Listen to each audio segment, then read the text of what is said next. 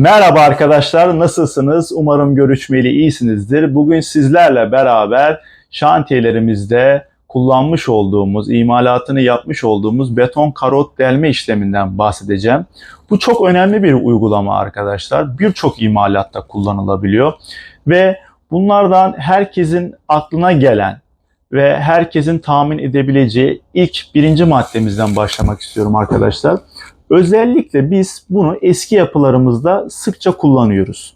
Özellikle kat maliklerinin, ilgili yapı sahiplerinin binasının eski olduğunu düşündüğü ve bununla ilgili bir talep geldiği noktada ilgili belediye, kurum kuruluşlardan karot, binamıza ilişkin karot örneğini almasını istiyoruz. Karot örneği nedir? Niye ihtiyaç duyuyoruz arkadaşlar? Aslında biz normalde hastaneye gittiğimizde ilgili röntgen, tomografi çekildiğinde bir sonuçla karşılaşıyoruz sağlıkla ilgili. Bunun da yansıması aynı şekilde inşaatta karottur arkadaşlar. Yani bizim binamızın performansını analiz edebilmemizde, binamızın gerekli koşulları sağlayıp sağlamadığını ölçmemizin en önemli göstergelerinden biri karot alınmasıdır.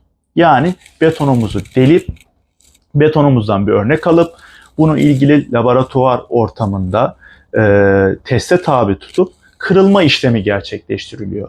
Belli bir tonaj yüklemesi, basınç yüklemesi yapılıyor ve ilgili bizim karot numunemizin değerlerini taşıyıp taşımadığını gözlemlemiş oluyoruz. Ve bildiğiniz gibi arkadaşlar beton basınca çalışır. Demir çekmeye çalışır. Yani betonumuzun bizim basınç mukavemetini sağlaması son derece mühimdir. Diyelim ki arkadaşlar beton bizim gerekli basınç mukavemetini sağlamadı. Bu bize tabii ki binamızın ilişkin yıkılma riski, güçlendirme ve bunun akabinde güçlendirme projesi gibi birçok adımı atmamızı sağlıyor. Bunun dışında arkadaşlar eski yapıların dışında özellikle biz yeni inşaatlarımızda hali hazırda betonunu döktüğümüz kolonlarımız, perdelerimiz, döşemelerimiz var. Ve bunlara da arkadaşlar beton dökülürken numune alınıyor. Ve bu numune sonuçları ilgili laboratuvar ortamında, kür havuzunda bekletiliyor. 7 günlük, 14 günlük ve 28 günlük basınç testlerine tabi tutuluyor. Eğer bu basınç testlerinden de biz olumsuz bir sonuç alırsak inşaatımız durduruluyor arkadaşlar. İlgili yapı denetim firması tarafından durduruluyor. En azından durdurulması gerekiyor. Çünkü bu ciddi bir durum. Ve daha sonrasında yapımızdan arkadaşlar tıpkı eski yapılarda olduğu gibi karot alınıyor. Eğer bu karot sonucu da bizim kurtarmazsa, daha önce bu hiç başıma gelmedi. Umarım da gelmez ama başına gelen bu durumu deneyim, tecrübe etmiş meslektaşlarımla konuştuğumda genellikle tabii ki yıkım olayı olmuyor. Sonuçta binamızın, yapımızın ilgili bir kısmında, bölgesinde bu durum meydana geliyor. Ve bu kısımla ilgili güçlendirme talep ediliyor. Güçlendirme projesi çiziliyor, onaylatılıyor. Yani ilgili perdemiz, keçitimizin ebatları büyüyor. Böyle söyleyebilirim. Yani edindiğim bilgi bu yönde arkadaşlar. Onun dışında arkadaşlar genellikle sık kullanıldığı diğer bir üçüncü durum da arkadaşlar elektrik mekanik tesisatlarımız bizim şaflardan geçecek olduğu için diyelim ki bizim döşememizde bu boşluğumuz yeterli gelmedi, revizyona gidildi projemizde veya hiç açılmadı. Proje değişikliğinden dolayı ekstra bir ihtiyaç doğdu ve bununla ilgili de betonumuzda, döşememizde karot açılıyor. Mesela ben en son su deposu perdesinde bunu kullanma gereği duydum. Kullanıyoruz.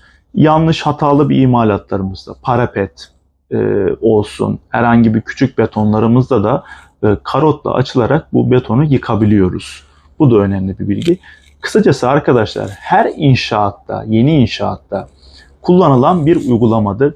Şimdi gelin hep beraber izleyelim.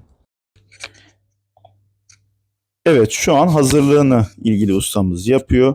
Bu bizim makinemizde elmaslar mevcut oluyor ve bunlar her delim kesim işleminde deforme oluyor arkadaşlar.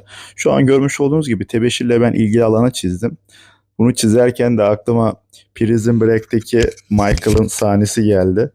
Gerçekten izleyenler bilir. Özellikle hapishaneden kaçış sahnesi.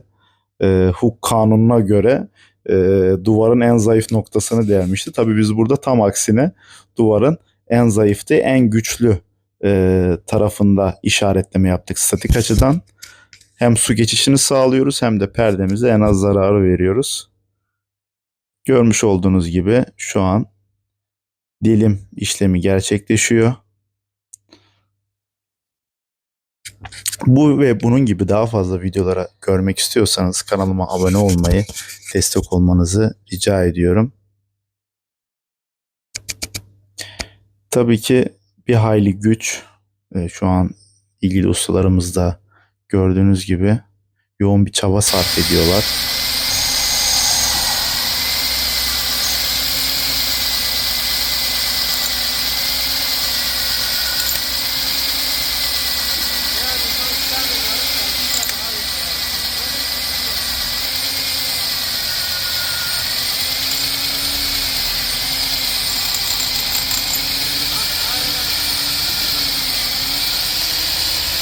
Yeni içeriklerde görüşmek üzere, sağlıcakla kalın.